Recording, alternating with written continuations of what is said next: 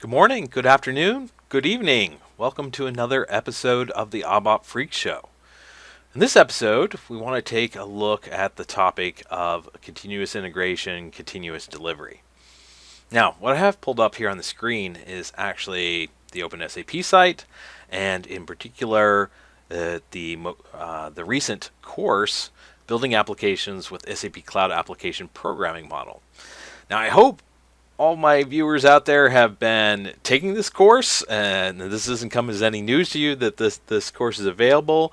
If you haven't, then I encourage you, even if it's too late to take the course for all the credit, because many of the weeks have already passed. I would still encourage you to go through the content. It is a very good course, even if you have just fleeting interest in the cloud application programming model. This is a great introduction to it, as well as going deep on many topics as well. As I said, last week I was going through week 4. I've been doing all the weeks myself, and a particular unit 4, really piqued my interest.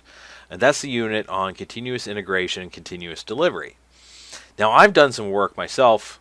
I've been on some projects where we use some continuous integration, continuous delivery tools, but I had never really been involved in the setup of those tools. They were just there and available for me to use. So I got a little bit curious about what does it take to set them up, what does SAP offer to help me get started, things like that. The other thing that I found really interesting, and this wasn't something that I had necessarily personally used before, and that was the integration that the cloud application programming model had with continuous integration and continuous delivery, and how we get a lot of this functionality virtually for free with the cloud application programming model tooling, as we'll see here. Now, I don't want to repeat everything that was in this unit, because like I said, I hope a lot of you have already been through the unit, so a lot of the concepts and things like that. But what I'd like to do is we have a little bit more time here today. We can go into the details of what it's like to set up the environment. And like I said, take a look at a few of the links that where there's content from SAP and what this all means from a big picture, as well as let's just do a little cap project from scratch and see what we get out of the box for doing continuous integration. All right, so first of all, big picture, what do we mean when we talk about continuous integration and continuous delivery? Really this comes. I remember the days when we did very long waterfall-based development. You might work 6 months, 9 months, or a year before you ship the product. I've worked on projects where we went equally long periods of time before we moved anything to production. So you were doing development, you were maybe moving it to a QA or testing environment, and then it's sort of all stacked up there, and then you make this big move to production and hope that things work the same way and you did things in the same order and all the problems that go along with that. And then, of course, if you've been in the industry for a while, then more than a couple years ago, but we started to see this shift to sprint-based development, the idea of moving content to production more frequently, making changes, doing them away so that they can be encapsulated. A single change can be encapsulated by itself and be moved to production. The ability to introduce features more quickly. A feature every sprint. So every couple of weeks, smaller pieces. But of course, when you go to this sort of model of development, you need a way to make sure that when you do make that one change in that one library, that it doesn't have adverse effects outside of maybe just your unit, whatever you're working on.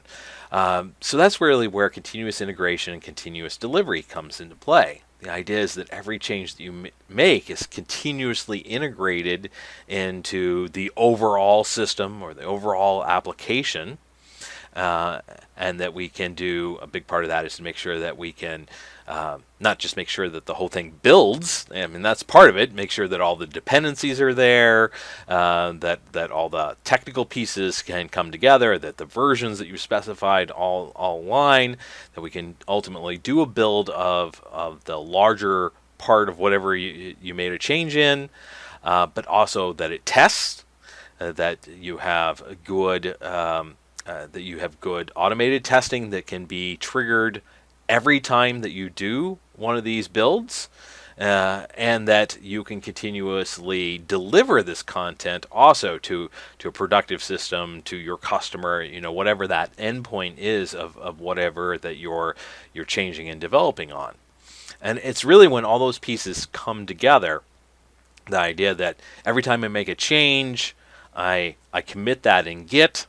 That act of committing, maybe I change one line of code in just one file, but that act of committing that triggers what's commonly referred to as a pipeline, but almost like a big job stream, to start pulling all the dependencies together, do a build of the entire project, deploy it somewhere, probably deploy it first to some sort of test or QA environment, to store the artifacts used in that build, so the end zip file, or in our case often an MTAR file, a multi-target application archive, store that somewhere in an artifact repository, like for instance Nexus, perform test, run whatever tests there might be included. That might just be, like rerunning JSLint, for a JavaScript Node.js based project, or just to make sure that the localized syntax is right, and do different style checks. Could be unit test, could be full user interface simulation test, whatever you need to do to test the entire application end to end.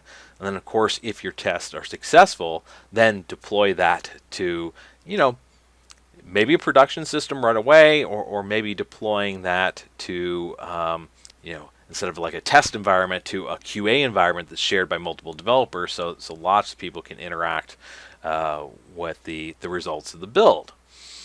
In that whole chain, you want that as automated as possible. If we're going to be doing this very frequently, on every commit, on every change that a developer does after they're done testing in their local development environment, they submit that somewhere centrally. We want to go through this whole process. And I see teams inside of SAP where, individuals might commit, 5-6 times a day. It's not uncommon. Every one of those from every developer, it's building, it's testing, and doing these test deploys as well on every one of these triggered activities. So we're not waiting till the end of the day, the end of the week, or the end of the sprint to find out if our change impacts another developer or we're being impacted by them. We're finding that out immediately. And the sooner that you can find those integration problems and testing problems, the less impact that they have, the easier it is to narrow down what caused it. If it was just one small change, it's obviously easier to focus in on, well, what did I change in this change that all of a sudden all the tests are failing? It's very easy to focus in on the root cause of the problem and therefore fix it faster. So, it sounds a bit like Nirvana, right? And when this works well, it is a much better experience than, say, the traditional world of software development. But of course, there's certainly some overhead to the process, and there's extra tooling involved. But I think that's really where some of the things that SAP provides in this space, specific to our tool chains and our programming models like CAP and things like that, can really help you out. So the first thing I want to point you to is the help page. And all right, people can make a lot of comments about the SAP help. Mixed quality depending on what you're working with. Sometimes I'm super impressed by the quality of the help in the continuous integration and delivery topic. And this is a bit unusual because it's not really a product, or not a single product, not even really a product that we sell. At least this help page isn't, but it's a topic that supports development in many different environments. Yet, in the past, SAP might have been tempted not to put together documentation on something like that, because it isn't specifically a product we sell. But not only have we put together documentation, but this is really good documentation. And it delivers not just the how-to steps, but also a lot of the theory on some of these things as well, and best practices, the best practice scenarios and documentation for the different continuous integration processes are all documented in here as well. So really great, and I thought this in particular, the which SAP solution for CI/CD meets my needs. It starts talking about, now let's talk about some of the tools and things that SAP delivers. And this is really nicely broken down by, well, what environment am I working in? What programming model or what scenario am I dealing with? And then it'll take you to the tools or the best practice guide for that particular scenario. So you see all the different kinds of things that we that are laid out here. We've got the cloud application programming model scenario, which we're going to look at in more detail. We've got Fiori development. Even for the ABAP stack, we've got HANA development based upon XSA. So there's a wide variety of different scenarios laid out here, not just the latest and greatest, and not just the cloud-based stuff. So that many of these things can be applied. Many of these scenarios can also be applied to your on-premise scenarios as well. But the other thing that we see here, in addition to the best practice guides, is we see this reference to Project Piper, and that's where this gets pretty interesting, I think. So let's take a look at this Project Piper now. So this Project Piper, this is an interesting, different sort of thing for SAP. Because first of all, it is a project. It's an open source project hosted on GitHub, but it's not really your traditional software product, or I should say, not just a software product. There's actually a couple things involved here. And it does a nice job of laying this out. What all does this project encompass here? Well, first of all, there are pre-built pipelines. Remember earlier I talked about these jobs, and maybe this is the ABAP in me. I'm thinking back to job chains and multiple steps in a job, and that's what it feels like you're executing here when you do your build and testing and things like that. Now, they don't use the term job traditionally in CI/CD. They use the term pipeline. And what Project Piper does is it gives us pre-built pipelines. So where they've already configured the most common steps needed to do all those things that I described, to do the build, to do the unit testing, to store the artifacts, to deploy the artifacts. And the idea is, with these pre-built pipelines, you can pretty much use them out of the box, and then there's just a configuration file where you can set like your target organ space if you want to deploy to Cloud Foundry, or whatever you need to give it your environment specifics. But really, you can get started without having to know a whole lot about scripting these pipelines or understanding all that much about the tools that we're going to be working with, like Jenkins or Nexus or something like that. So it's very easy to get started. These pipelines are configurable so that you can go in and add your own extra steps without having to copy them or completely start from scratch or anything like that. So you want to add one or two extra steps, you don't have to recreate the whole thing from scratch. It's easy to drop in your own steps. The other thing about these pipelines, they aren't specific to tools that SAP has delivered, meaning wherever you decide to do your continuous integration, wherever you decide to run these pipelines, you can you can reuse them.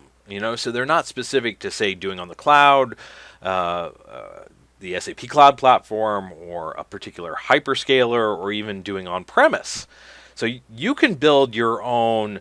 Um, Most of the software starts with Jenkins. That's the tool that really executes the heart of these pipelines. And then there's other tools that plug into and are part of Jenkins, or run in association with Jenkins. But you could build your own Jenkins server on premise and run these pipelines there. You could build your Jenkins server from scratch on a hyperscaler and run there, or hyperscalers offer hosted CI/CD, hosted Jenkins. Maybe you just use our pipelines in somebody else's provided CI/CD environment, or, as we're going to see here in a minute, SAP also delivers Docker images for the most common tools. So a set of Docker images, and this is what particularly impressed me, was how easy it was to get started. Even in my own development environment, I just use these Docker images to install the various tools on my own laptop, and I was able to get started. I just followed this Get Started guide. I don't know how many Get Started guides basically have one command.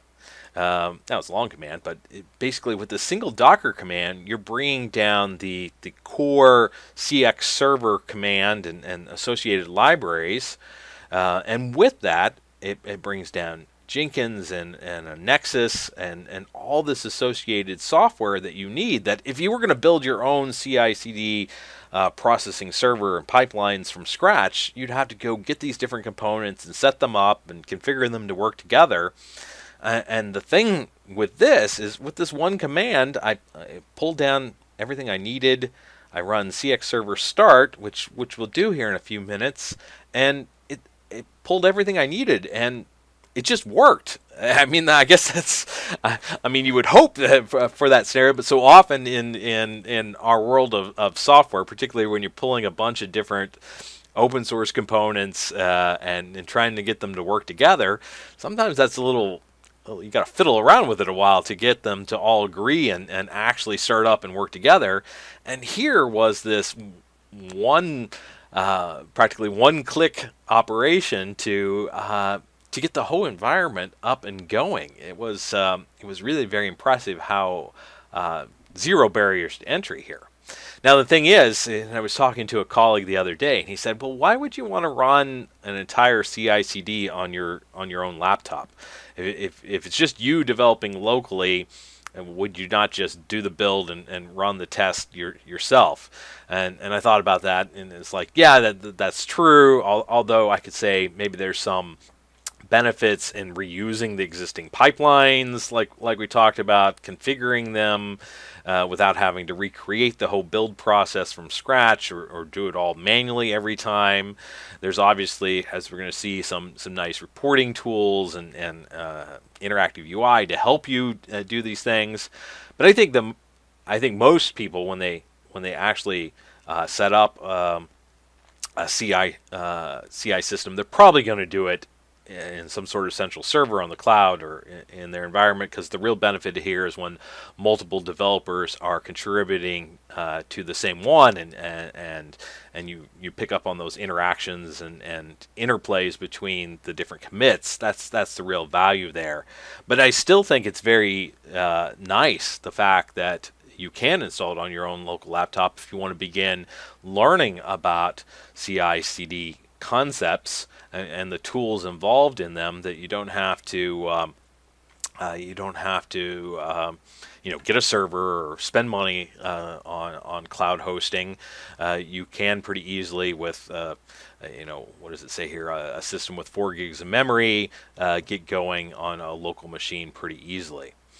Now this does say have an installed Linux system. On Microsoft Windows you might face some issues. I didn't have any problems. I did it on Windows directly. I thought, well, okay, then I'll just run a Linux VM, if nothing else, to install this into to get playing. But I used Docker Docker directly on my laptop and deployed it all on Windows, and worked fine for me. But plenty of easy options to get started here. Doesn't require a ton of memory, 4 gigs of memory, so pretty accessible considering how much you'll have running here in just a few minutes time. The other thing that we see here that's part of this, that part of what SAP has done as Project Piper, is yes, you get the core components of a CI CD pipeline. The Jenkins is the main part of that, but also the Nexus to store the artifacts.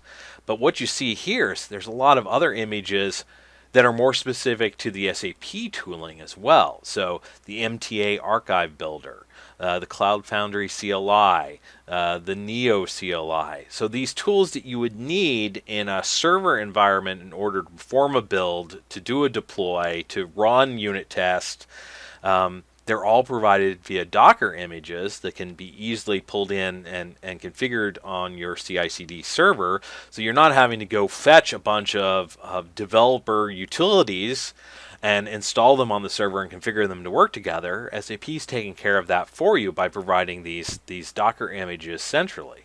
So that's what's I keep sort of fawning over this, but I think it's really well thought out end to end here, and focused on the developer and the developer experience, making it as easy for development teams to get started as possible by collecting a bunch of these things together, but also then applying, it's not just that SAP is redistributing the open source components in a nice consumable format. That would be good enough, right? But it's the fact that SAP then gives you the SAP scenario and SAP tool specific components here so that they run right out of the box. And once again, not that you have to take these components and you can only run them on the SAP Cloud Platform.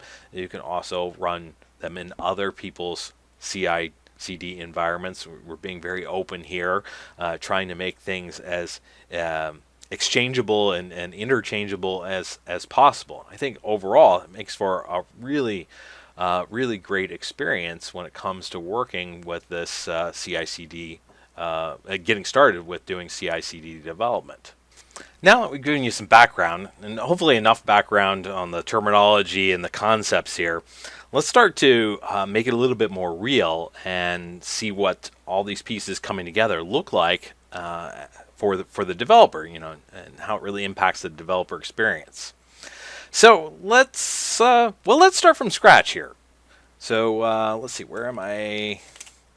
Yeah, I'm in my GitHub directory. This is where I do most of my development from start. I like to keep all my projects together here under one subdirectory. And one of the things that I want to look at here is I want to look at the CDS help on the init command. And I want to show you, of course, with the init command, it initializes a new project. And why I'm talking about this is right away you'll see here, one of the things that you can add to a new project is CI/CD pipeline integration. So this whole thing about Project Piper and the pipelines, the pre-configured pipelines, the ability to add that to your project is right here from the very start, and for the Cloud Application Programming Model and the CDS command line, built right in. And I think that shows a great commitment between what was originally two very different projects, product groups inside of SAP. Project Piper over here building CI/CD pipelines for many different scenarios. The Cloud Application Programming Model development team trying to build the best developer experience they can for their programming model, and the two things have come together so nicely here. So what we want to do, let's go ahead and let's create a new project. So let's say CDS init. Let me see what I got here. Make sure let's call it AFS demo 1, or demo 2, sorry. So CDS init, freak show demo 2, and we want to add, and we definitely want to add an MTA. We're going to make this a HANA project, and so MTA HANA, and we want to go ahead and add the pipeline configuration to this too. So let's say pipeline. So we'll go ahead and let that initialize.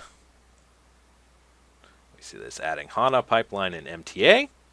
And in fact, I think there's, I don't think it's, is it documented here? Was there, I thought I saw the other day that we can add to it. Hold on a second. Let's say CDS help add, which I know is just a shortcut for init, but yeah, and it does. It's nice that it has the link to reading more about the pipeline portions of the cloud SDK. I was thinking add samples. Oh. Let's go into our project. CD. What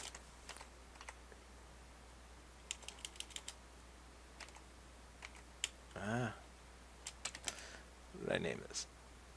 Yeah, CD. About Freak Show Demo 2. There we are. I want to see what real quick here. CDS add. Is it samples? No. Sample? I have to look that up. I thought there was a way to add sample content directly from the add command, but I don't see it there in the documentation, so maybe I was dreaming about that feature. But that's okay. Don't want to necessarily spend a lot of time on the development process, but what we want to do is we do want to look at what was added here by that add command when we added the pipeline feature. So maybe let's just look at this a little nicer here. Let's pull it up in VS Code, which opened on my other monitor. And of course, when we did the init, it did add our database and SRV module. Let's go close up a few of these things. But because we did the add pipeline, the specific things that we got in our project, there's two of them here. One is pipeline config, and the other is Jenkins file. So let's start with Jenkins file. This is really the entry point, and any project that has a Jenkins file, when we configure that project into the Jenkins build server, it's going to, like I said, it's going to look for any project or repository in Git that has this Jenkins file, and that's how it knows it should process it, and it tells it what it needs to do. And here's the cool part. Basically, what we're doing is we're saying go do a git clone on the SAP provided pipeline, and it's going to pull down all the pipeline files. Everything that Jenkins needs to define the pipeline and execute the pipeline is all pulled at runtime of this configuration from GitHub itself. So this isn't something we need to do here in our development environment to worry about managing. When this gets plugged into the continuous integration environment, it's automatically going to go pull those pipeline configuration for us. So very cool there. And then, like I said, there's a standard pipeline for these different scenarios that SAP has provided. We get a lot of functionality out of the box, but of course we need a way to be able to configure that. So that's where this pipeline config YAML comes into play. And of course you can read more about this in the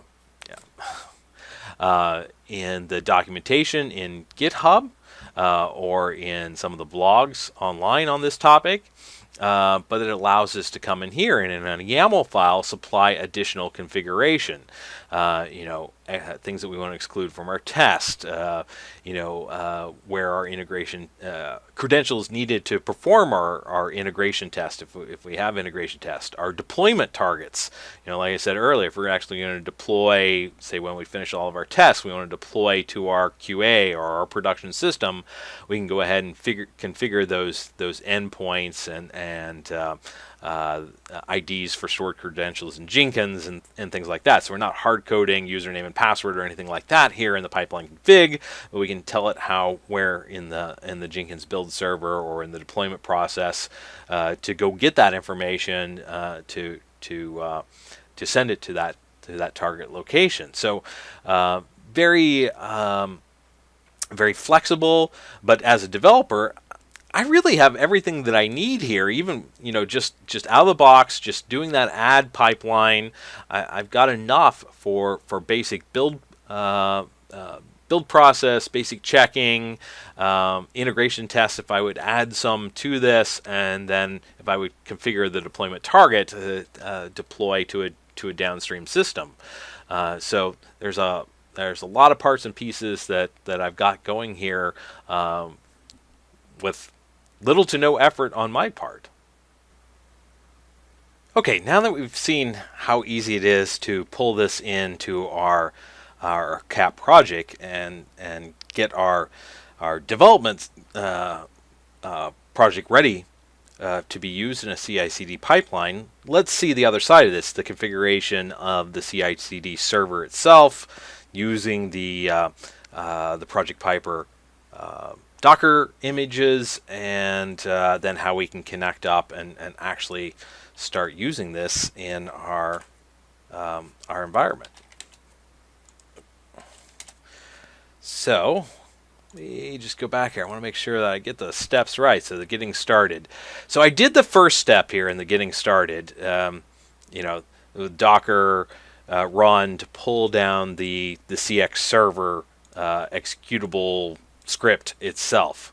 I'm not going to do that again. For one thing, it's not all that, it's just you watch something run for a few seconds, so not visually all that exciting. But I've put it here. I'll just show you. You did this command and it brought down the CX server bat, a bash completion script. So now we're ready to be able to run these components in Docker in my local environment. So I've already changed the execution command here. So if we want to start the host CI server environment on my local machine, I can just come here and I can say CX. Let me move my mouse. CX server start. And we'll give this a minute to start up. It's pulling the latest components from Docker. So, every time I run this, I'm getting the latest. I don't have to worry about keeping it up to date, patching it myself. What did I get there? Access is denied.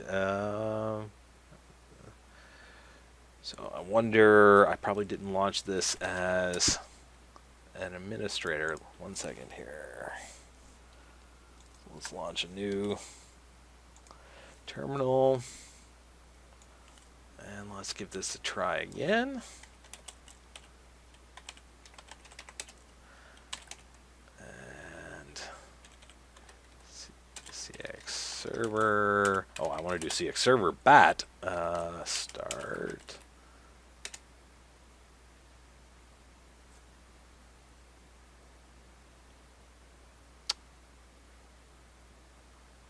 There we are. And now it's pulled the images, and it's, as you see here, now it's waiting for the different server components to start.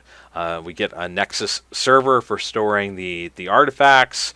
We're going to have a Jenkins server, so we'll give this just a moment to start up here.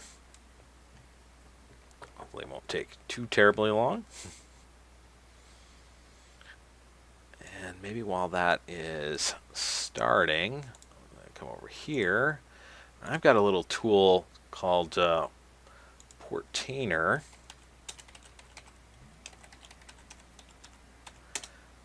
that nope. There we are. That lets me see the Docker containers that I have running locally. So we can have a look here at what all it's pulled down. So we've got 9 images. We can see that it's pulled an image for we can see Piper, CX Server Companion, the Jenkins master, Node browser, and there's the Nexus server itself. So we can see all the images that is pulled from Docker. And we can come here and we can see what containers are running. We can see that we've got a Nexus server running and we've got a Jenkins server running. So let's come back here. Yes, it is done running. So we're ready to go ahead and launch it now. And we can see here, actually if we go back to the portainer, it shows us that our Jenkins server running on the internal port 8080, but mapped to port 80. So if all this worked out right, we should just be able to come here to localhost with no port on the end, and that should start our Jenkins server. There we are. And we're in. I previously started the server. Normally on first login, you'd have to, as it says here, you'd have to run this CX server initial credentials to find their initial credentials and then change the default password, things like that. I've actually already done all of that. So when I restarted the server, it remembered my settings and my previous configuration. That's why everything is good here already. And so we'll go ahead and log in here. So admin.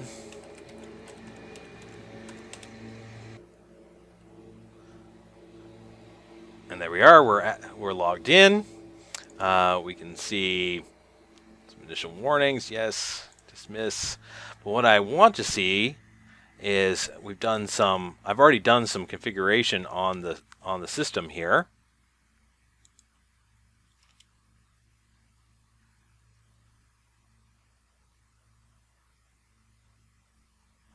It's coming up.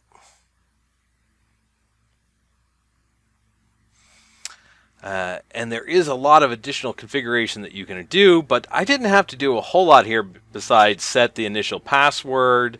All of this base configuration was done here for me. The settings to the project repository. I didn't have to do any of that. That's one of the nice things about getting this pre-configured Docker image, whether you're going to run it locally or you're going to host it somewhere in the cloud or on your own server. I think SAP's done a really nice job here of already configuring everything for you. Now, if we go back to the initial, when you want to create a new item, like in this case, what we can do is we can say we want to create a new pipeline or an initial setup here. But actually, we're gonna go back here for just 1 minute. We're gonna look at the getting started guide, and it walks you through here pretty easily, creating your first project pipeline. Then you're able to say, set up a new Jenkins job, open the Jenkins UI where we were, and choose new item.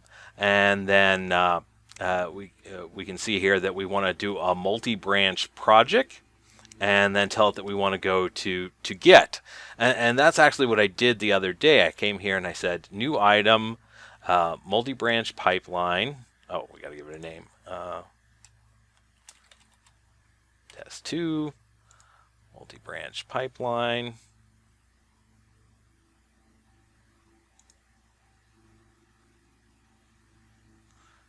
And then we're looking for our source here, and basically we're going to give it the URL of a GitHub repository, and actually just like it says here, you go through here and you can discover branches once you put in your main repository, and then you can choose a particular repository you want, and it's going to scan for branches that have this Jenkins file in it.